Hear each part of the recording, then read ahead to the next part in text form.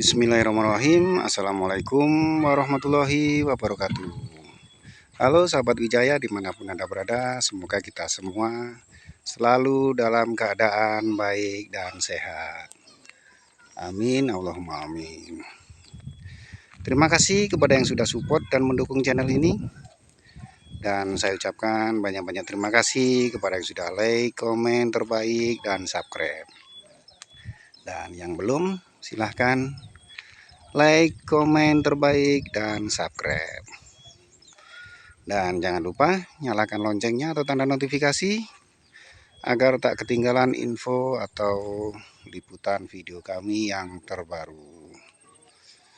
Nah, pada kesempatan hari ini saya berkunjung ke kantor desa Induk di Desa Tanjung Buka. Nah, inilah kantor. Nah, ini kemarin pas hujan berangin, pohon di depan kantor desa ini tumbang dan menimpa atap di kantor desa ini.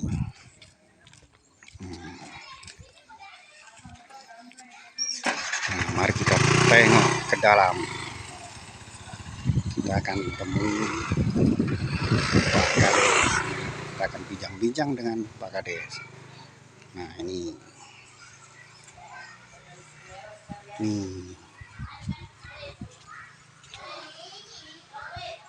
oke, kita akan langsung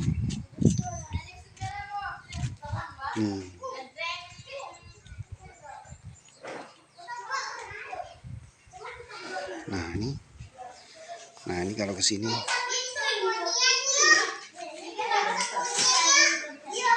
nah ini lihat nih. Assalamualaikum Bu. Nah ini saya mau ketemu Pak Kades Bu. Nah ini kita kalau kesini kita harus ngisi buku tamu. Nih kita isi buku tamu.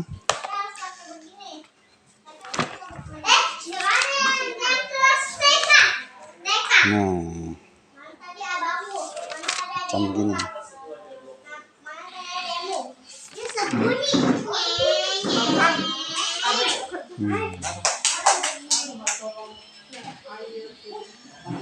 Nah ini kita harus lapor dulu di sini untuk ngisi buku tamu. Oh ini buku tamu.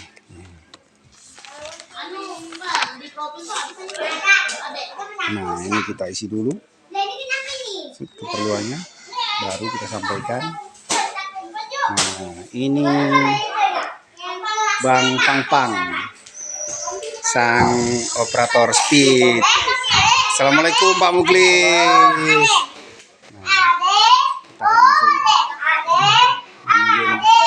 Bu, saya ke Pak Desa ya. Ini juga ada tamu.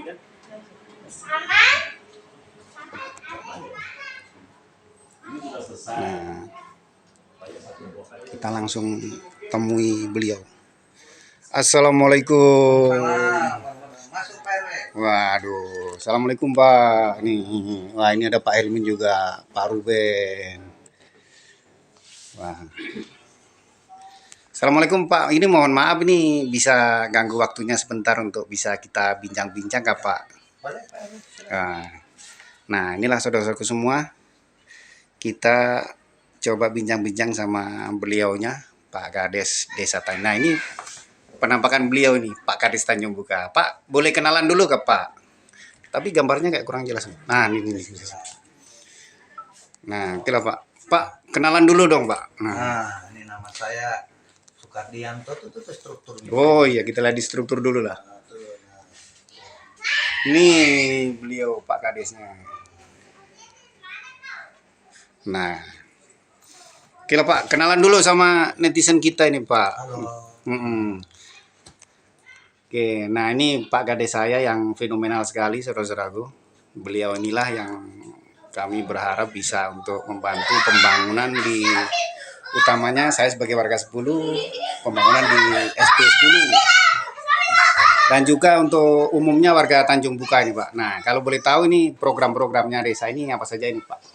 Programnya yang pertama kita utamakan tuh infrastruktur. Mm-mm. Karena kita kan dulu sebelum ada penambahan, kita itu kan berakhir 2027. Mm-mm. Kita beracu di RKPDes, Mm-mm. RPJMDes dan APBDes. Mm-mm. Cuman yang kendalanya kita ini memang desa yang sangat krusial. Desa Tanjung Buka ini terdiri daripada 42 RT dan 6 RW, ada 6 SP. Nah, di mana-mana desa itu rata-rata itu satu SP satu desa. Tapi Tanjung Buka ini memang sangat luas. Dia ada 6 SP satu desa, lain desa induk, lain desa apa. Tapi kan kita memang ini ada perencanaan mau pemekaran. Mm-mm. Insya Allah kita akan mekarkan itu menjadi 5 desa, satu desa induk. Itu untuk SP 8, SP 9 itu satu desa, namanya Desa Lubuk Pengantin. Kemudian SP 7 dan SP 6B juga itu satu desa, namanya Desa Lubuk Nangka. Kemudian SP 2 ini Sungai Tuan dan Desa Tias. Nah, alhamdulillah kalau persyaratan itu sudah lengkap semua. Sudah lengkap semua dan tinggal dari pemerintah pusat moratoriumnya. Dan alhamdulillah mungkin mengenai sekabupaten Blungan 74 desa itu kami itu yang sangat cepat tapal batasnya selesai. Dan kita ada penghargaan itu masalah tapal batasnya. Nah ini saya diberikan kemarin. Ini ada. Nah ini masalah desa Tanjung Buka, ini masalah desa yang tapal batasnya tercepat. Oh, penyelesaian tercepat. Ya, Oke. masalah tapal batas antar desa. Untuk pemekaran itu, Pak ya? Untuk pemekaran maupun untuk tapal batas, karena yang jadi suatu permasalahan di sini ini, kita ini desa ini kan banyak desa yang belum jelas tapal batasnya, banyak desa yang belum selesai tapal batasnya. Nah sehingga bagaimana kita mau membangun, bagaimana kita mau berkembang sementara tapal batas kita ini belum selesai. Yang banyak suatu permasalahan itu adalah masalah tapal batas. Kenapa ketika ada suatu kegiatan ataupun ada suatu investor yang masuk, nah situ mereka akan nanti yang satu klaim dia punya wilayah, yang satu klaim dia punya wilayah. Jadi yang harus kita utamakan itu, dan ada tata ruang kita. Kita ini juga harus mengerti Pak, di desa ini membangun itu kita tidak bisa mengharapkan ADD dan DD karena memang terbatas. Kita harus saling koordinasi pusat, kabupaten, provinsi, yang mana pembangunan tidak bisa kita backup di desa, kita mengajukan ke kabupaten, provinsi maupun pusat. Makanya di desa itu perlu dipahami Pak, aset itu banyak, ada aset desa, ada aset kabupaten, ada aset provinsi. Kalau sudah kami tangani di desa, otomatis kan kabupaten sudah tidak akan bisa nangani, tidak mungkin kan tumpang tindih. Dan begitu juga sebaliknya, kalau provinsi sudah nangani membangun dan kabupaten juga sudah membangun, tidak mungkin kami bisa membangun di situ, nanti kan ada temuan. Kecuali barang yang sudah dibangun yang sekian sesuai dengan aturan yang sudah diserahkan ke desa menjadi aset desa, itu bisa kita nah ini yang tidak dipahami kadang-kadang Pak. Kadang-kadang masyarakat loh kok dari dulu jalannya begitu saja, jalan begitu saja, tidak ada perubahan. Tapi kan mereka tidak memahami sebenarnya jalan yang dimaksud yang mana. Yang harus kita tahu jalan itu yang mana, itu wewenangnya siapa. Ya kan? Nah, kalau kita berbicara, memang mungkin kalau masyarakat yang nggak mengerti, semua desa, tapi jalan kita nih dari SP 10 ke Tambangan itu ada 3 di situ yang memiliki aset, ada aset desa, ada aset kabupaten, ada aset provinsi. Provinsi yang baru-baru dibangun ini, yang dari Jembatan Gantung SP 8 itu, itu sepanjang 5,2 kilo, 2,3 kilo, itu asetnya provinsi. Kemudian dari jembatan SP 7 ke batasnya ke Jembatan Gantung SP 7 tembus ke Pak ini, itu kan kabupaten. Jadi tidak bisa kita padakannya, makanya yang perlu kita bina, yang perlu kita kerjasama itu adalah saling koordinasi, karena kita ini punya tata ruang. Nah kalau seumpama kabupaten membangun di sini, kemudian desa membangun ke sini, kemudian provinsi membangun ke sini. Muaranya ini tidak nyambung, ketemunya pasti ada yang tinggi, ada yang rendah, ada yang lebar, ya kan? Iya. Nah, makanya kita perlu saling koordinasi itu. Kalau saya alhamdulillah Pak saya dilantik itu tanggal 15 Maret Hmm. 2021. Iya. Alhamdulillah yang pertama janji saya kepada masyarakat itu infrastruktur jalan. Alhamdulillah jalan ini sudah tembus semenisasi. Walaupun dia berbolang-bolang, tinggal kita memperbaiki. Dan ada lagi yang belum kami bangun karena memang kendala bahwa itu belum dilimpahkan ke kita, belum diserahkan. Misalnya kalau sudah diserahkan, misalnya kita akan perbaiki itu. Yang kedua masalah lampu.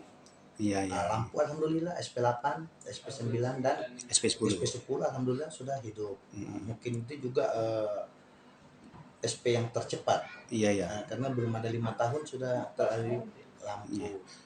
Dan Kalau ini juga ada kemarin penerimaan sertifikat secara kolektif ya, iya, iya, secara iya. simbolis. Mm. Alhamdulillah mungkin dalam dekat ini juga ada penerimaan sertifikat untuk SP6B dan SP10. Mekanismenya apakah nanti dari BPN langsung ke masyarakat, apakah Pak Bupati, itu yang belum kita belum dapat informasi, tapi nunggu aja kelanjutannya. Nah, ini kalau boleh tahu, seperti lampu itu kan program dari pemerintah, Pak. Bukan program dari calon atau caleg atau apa. Dan kemudian itu walaupun dari program pemerintah, kan mungkin awalnya ada pengajuan dari desa atau seperti apa, Pak? Oh, itu murni pengajuan dari desa. Iya, iya. Kita ada dokumennya, Pak. Mm. Kan kemarin saya minta tanda tangan dan KTP masyarakat seluruh Tanjung Buka yang belum terrealisasi lampu. Iya. Kalau tidak salah itu 2022. Kemudian saya percepat di 2023 itu saya sama Pak Ero juga mengantar dokumen ke SDM, ketemu Pak Muiz, Iya, iya. kasih itu untuk agar secepatnya. Nah, kemarin dia minta surat khusus untuk SP8 SP9. Kalau karena SP10 kan belum ada tanaman. Iya, iya. SP8 SP9 itu kemarin minta persetujuan seluruh masyarakat di sana agar tanam tumbuh yang kena listrik itu nanti siap ditebang. Artinya mendukung program listrik ini masuk. Iya. Dan itu tidak ada ganti ruginya. Alhamdulillah itu terrealisasi, makanya terrealisasi Iya, iya. cepatnya. Berarti seperti listrik itu tak lepas dari pengajuan pihak desa juga, Pak ya? Oh ya jelas, karena tidak mungkin desa bisa membangun itu kalau tidak masuk dalam program namanya RPJMDes. Kita ini Betul. ada RPJMDes, Pak. Iya, iya. Di kabupaten juga ada RPJMDes-nya, kemudian di provinsi juga ada RPJMDes-nya, kita juga ada RPJMDes-nya. Karena kalau tidak beracu dalam RPJMDes itu salah. Iya, iya, iya. Ada RPJMDes-nya. Betul. Nah, terima kasih banyak Pak untuk pengajuan listrik yang telah Oh iya, diusulkan ini oleh desa dari ini awalnya. SP10 ini kan ada bantuan tanggul Keliling, ya. ya. Alhamdulillah itu Tanggul dari keliling. BWS ya, dari BPR. Alhamdulillah ini ada masuk. Kemarin kan yang dilaksanakan di SP6B. SP6B. Nah, sekarang di 10. SP10. Dan insya Allah nanti tadi saya koordinasi dengan Pak Mustafa, Kepala BWS langsung, SP8, SP7 untuk tahun 2025. Kenapa? Karena memang di sini kita kendalanya itu air. Kalau tidak dibendung, kalau tidak bikin tanggul keliling, masyarakat ini susah untuk cocok tanam. Susah. Nah, untuk kelanjutan Pak, kelanjutan ke depan ini kalau boleh tahu apa saja ini program-program pembangunan untuk dari desa ini Pak? Yang pertama yang saya utamakan yang jelas infrastruktur jalan, jembatan. Karena jembatan ini kita mungkin desa yang paling banyak jembatan itu adalah Tanjung Buka. Karena kalau kita membangun menggunakan kayu itu sekarang tidak maksimal Pak. Kayu kadang kita bangun ini hari, 2-3 hari, 4 hari hilang, dicuri orang. Jadi kami ganti sekarang pola, jadi sistem semenisasi di atasnya, kayu di bawahnya, kemudian kami semen biar tidak bisa dibongkar. Itu yang pertama. Yang kedua kami juga mempercepat untuk secepatnya diadakan pemakaran ini. Nah, otomatis kita harus ada persiapan layak dan tidaknya, karena untuk pemekaran itu ada aturan yang harus dipenuhi. Yang pertama harus minimal 1.500 jiwa atau 300 kakak. Yang kedua profil desa. Yang ketiga itu adalah tapal batasnya. Tapal batas desa yang mau dimekarkan dengan desa induk itu juga sudah harus selesai. Yang keempat, dari desa itu harus siap untuk membiayai untuk masa percobaan. Transisi, masa pembinaan, Oh, masa kades persiapan. iya Kita harus persiapan, siap kades untuk- persiapan. Ya, walaupun kita mau mekar, tapi kalau ini tidak diselesaikan percuma. Yang harus itu kita sudah, alhamdulillah sudah. Mungkin se-Kabupaten Bulungan yang paling cepat itu kita. Boleh ditanyakan di DPMD itu. Berarti untuk Desa Tanjung Buka ini siap untuk pemekaran itu Pak ya? Siap. Itu saya mudah-mudahan saya ini habis jabatan saya tanggal 15 Maret 2029. Mudah-mudahan sebelum masa jabatan saya itu kita bisa sudah mekar. Tapi kunci pemekaran itu bukan desa sudah. Ini karena wewenang desa itu sudah selesai memberi persyaratan itu sudah kita penuhi, tapi tinggal pusat yang menentukan. Kalau pusat sudah membuka keran, berarti kita sudah siap. Mantap, luar biasa sekali Pak Kades ini. Nah, oke lah Pak, terima kasih banyak atas waktu untuk bincang-bincangnya Pak. Mudah-mudahan Pak Kades selalu dalam lindungan Allah SWT, dimudahkan segala urusannya. Amin, Allahumma amin. Oke, terima kasih banyak Pak. Terima kasih. Selamat siang, Assalamualaikum. Waalaikumsalam warahmatullahi wabarakatuh. Nah, itulah saudara-saudara semua, bincang-bincang dengan Pak Kades Tanjung Buka atau Desa Induk di wilayah Transmigrasi Tanjung Buka, Kalimantan Utara. Terima kasih, semoga bisa bermanfaat bagi kita semua. Mohon maaf bila mana ada salah kata atau ucapan saya. Salam sehat dan sejahtera selalu bagi kita semua. Semoga kita sukses dan bahagia. Amin, Allahumma amin. Wassalamualaikum warahmatullahi wabarakatuh.